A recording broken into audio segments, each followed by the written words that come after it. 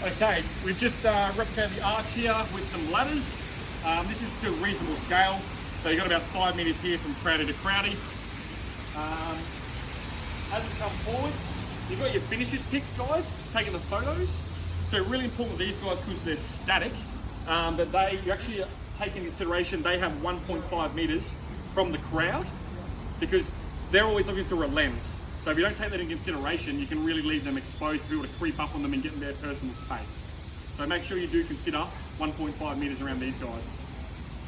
Probably the most important role post-finish is the person controls the very start of the whole process. So there will be an athlete services lead, pretty much business as usual, that'll look after the actual finish line itself. So from the arch backwards, right up until we start processing everybody. So they're the leader of this whole area, and they should have a list of who's allowed in this area, and I'll give them the wristband. Now the list of who's allowed in here should align to the capacity. So that's pre-calculated of this whole space, which I'll show you how we will illustrate that in this area later on.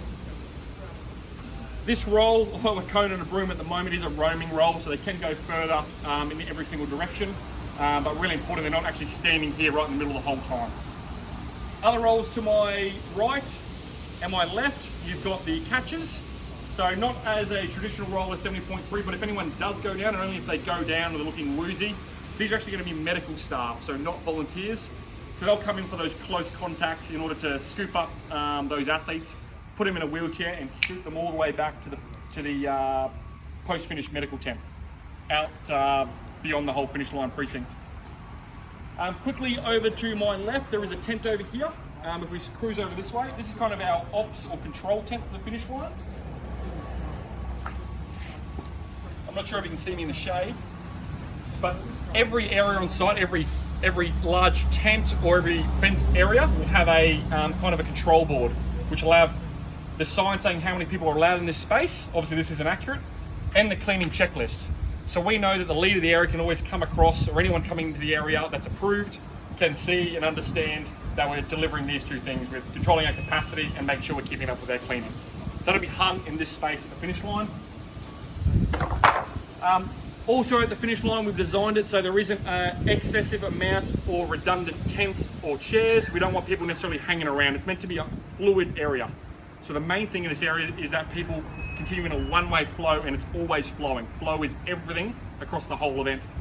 There's only a fixed capacity in here, so pure mats, X amount in, X amount out. This control tent should have just some water for the general population. Recommend water, sunscreen, hand sanitizer.